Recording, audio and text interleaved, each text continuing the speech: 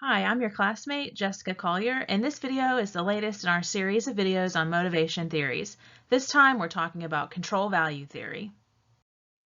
We'll discuss the control value theory of achievement emotions, including what achievement emotions are, the types of achievement emotions, how these emotions are aroused, how we can foster adaptive achievement emotions, and the effects or outcomes of achievement emotions. And then last, we'll go over an instructional artifact through the lens of control value theory. What's control value theory all about? It pertains to the origins of achievement emotions. Peckrin tells us that it provides a framework for analyzing the antecedents and effects of emotions experienced in achievement in academic settings. It's based on the premise that appraisals of control and values are central to the arousal of achievement emotions. So what are these achievement emotions? They're emotions tied directly to achievement activities or achievement outcomes. I saw this in a video of a lecture Dr. Peckrin gave in 2015. He said that in the generation of emotions, control and value appraisals interact in multiplicative ways. Here's an example he gave. Enjoyment of learning is high when subjective competence or control and value of learning are high, and it's low when competence or value or both are low. As hinted at a moment ago, there are two main types of achievement emotions, activity emotions and outcome emotions. Activity emotions pertain to ongoing achievement-related activities, and outcome emotions pertain to the outcomes of those activities. Activity emotions include prospective, anticipatory emotions, things like hope for success or anxiety of failure, as well as retrospective emotions like pride or shame experienced after feedback. A few examples of activity-related emotions would be enjoyment, frustration, and boredom experienced at learning. And outcome emotion examples could be joy, hope, pride, anxiety, hopelessness, shame, and anger relating to success and failure. To make things just a little more complex, achievement emotions can also be conceptualized in different ways. We have those that are conceptualized as momentary occurrences within a given situation at a specific point in time, and those are state achievement emotions. For example, test anxiety experienced before an exam. I think we can all relate with that one. And then we have those that are conceptualized as habitual, recurring emotions that are usually experienced by an individual in relation to achievement activities and outcomes. Those are trait achievement emotions. For example, trait test anxiety. And there's another caveat. These are differentiated by temporal versus situational generality, where trait achievement emotions can be situation specific as well. So there are a lot of factors that can contribute to the arousal of emotions. For example, genetic dispositions, conditioning, neurohormonal processes, facial and motor feedback, and cognitive appraisals, which we will get to in just a second. That list came from the lecture video of Peckrin that I watched, but the article also tells us about two groups of appraisals that are of specific relevance for achievement emotions: subjective control over achievement activities and their outcomes, and subjective values of those activities and outcomes. And there are a lot of appraisals of control and value that are assumed to be important for the instigation of achievement emotions. Situation outcome expectancies, which imply that the situation will produce positive outcomes without the need for self-action, or negative outcomes if no countermeasures are taken. The example from the article was the expectation that an exam is failed if no effort is involved. Then we have action control and action outcome expectancies, which are expectancies that an action can be initiated and performed. Action outcome expectancies imply that our own actions will produce some positive outcome or will prevent, reduce, or terminate a negative outcome. Then we have total outcome expectancies, which explain that situation outcome, action control, and action outcome expectancies are used to appraise the overall controllability and probability of an achievement outcome. Then we have causal attributions of outcomes, which imply retrospective appraisals of the causes of success and failure, like our own actions, external circumstances, or even other people. And then last we have values of actions and outcomes, which are appraisals of intrinsic and extrinsic values. Intrinsically, these can imply value to academic studying and learning material for its own sake, or for extrinsic values, they relate to the instrumental usefulness of actions or outcomes for the attainment of other goals. For example, the value of persistence at studying for attaining recognition from a teacher, or the value of grades for achieving future career goals. This theory implies that prospective outcome emotions, retrospective outcome emotions, and activity emotions are determined by different appraisal antecedents. The groups of emotions are characterized by different object focus and different time frames, so that appraisals of control and values serve different functions. In prospective outcome emotions like hope, anxiety, or hopelessness, the question about control is whether success can be attained or failure can be avoided. For retrospective outcome emotions, the question about control is whether the outcome was caused by the self or by other people and external circumstances. And in activity-related emotions, control and values refer to the action. The attention is on the action, not the outcomes. So how do we foster achievement emotions? First, let's talk about regulating and developing them. The article says that regulation can do 4 things. 1. Directly address components of achievement emotions, which are emotion-oriented regulation, meaning that we focus attention on the emotion or distract it away with things like relaxation or using drugs. Number 2, address the control and value antecedents of emotions. That's called appraisal-oriented regulation, meaning that we restructure expectances and attributions. The third one is focus on improving academic learning and achievement underlying perceived control, and that's called problem-oriented regulation, meaning that we, for example, acquire study skills. And last, attempt to change situational circumstances defining controllability and values. For example, asking for a reduction of task demands or dropping out of a course. And I hope none of us do that.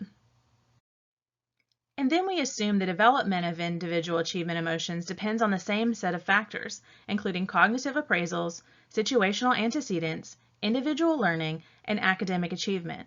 The cognitive capacity needed to generate achievement-related causal expectancies and attributions and related value appraisals are acquired in the preschool and early elementary years. In later stages of the educational career, the continuing development of appraisals and achievement emotions is likely driven by educational environments and the student's agency in those environments. And we can note that specific contents of emotions and specific values of process parameters, like the intensity of emotions, may be specific to different cultures, genders, and individuals. We've kind of hinted at some outcomes already, but the control value theory asserts that emotions can affect students' interest, engagement, achievement, and personality development, as well as social climate in classrooms and educational institutions. Emotions are also central to psychological health and well-being, so they should be regarded as important educational outcomes in themselves. Now let's talk about the implications for educational practices. This theory tells us that students' emotions can be positively influenced by fostering competence and control over academic activities and outcomes, and by shaping their appraisals of the values of those activities and outcomes. Factors influencing students' control, values, and emotion include the following 7 things.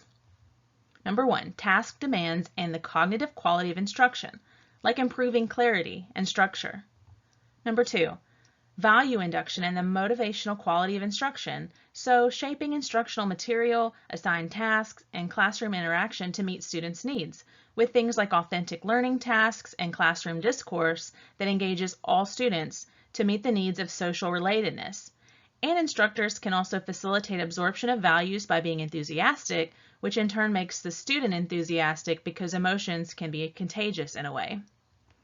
Number 3, learning environment supporting autonomy and cooperation.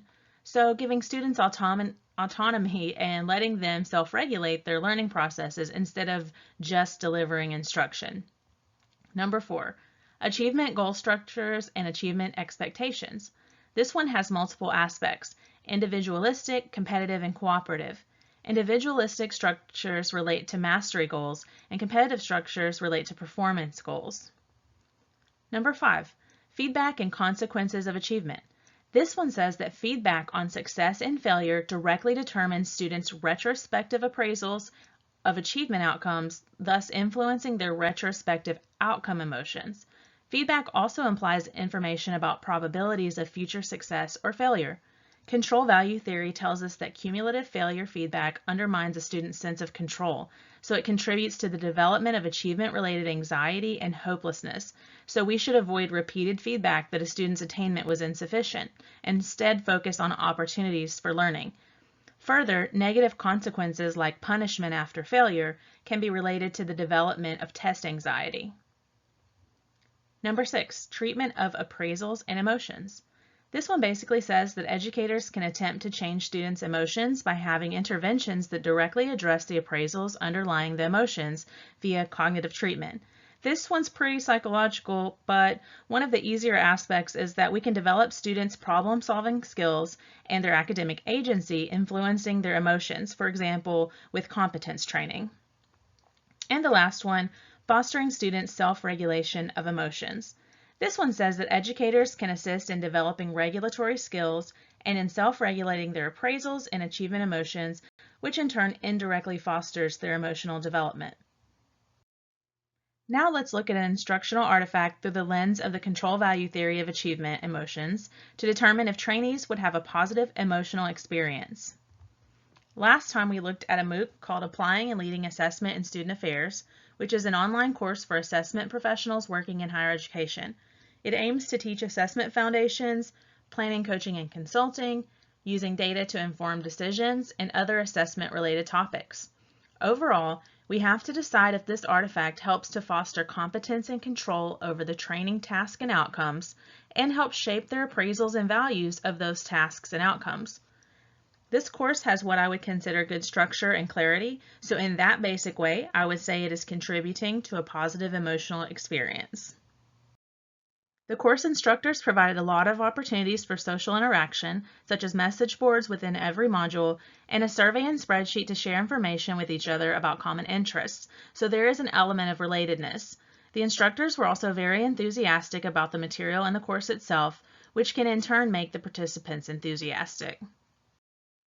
In a mild sense, the course supported autonomy because the instructors made it clear that participants could put in as much as they wanted, meaning they could just browse the material, they could engage in discussions optionally, and they could complete quizzes and assignments optionally, but with a reward of a digital badge if completed and passed. I would also say that although most instruction is delivered directly in this type of course, the participants do have options to dig deeper in the content, view the additional resources, etc., so it's not simply being lectured. Feedback on success or failure helps directly determine our retrospective appraisals of achievement outcomes, thus influencing our outcome emotions. It also implies information about future success or failure. When I completed the first somewhat difficult assignment in the course, the positive feedback received then made me feel like I could be successful on the future assignment. This feedback factor tells us not to repeatedly give feedback that someone is insufficient, and I know that had I not done well, the feedback would have been more helpful than harmful, just knowing the instructors and their style. They make it clear that this is a learning opportunity, not a harsh judgment zone. So there were definitely 4 of the factors present that can influence control values and emotions. Some of the other factors may be more evident in an actual classroom environment, especially in a more long-term situation like a semester or a year-long class, where the teacher has the time to give more feedback, work on competence training, and otherwise foster emotional development with the students.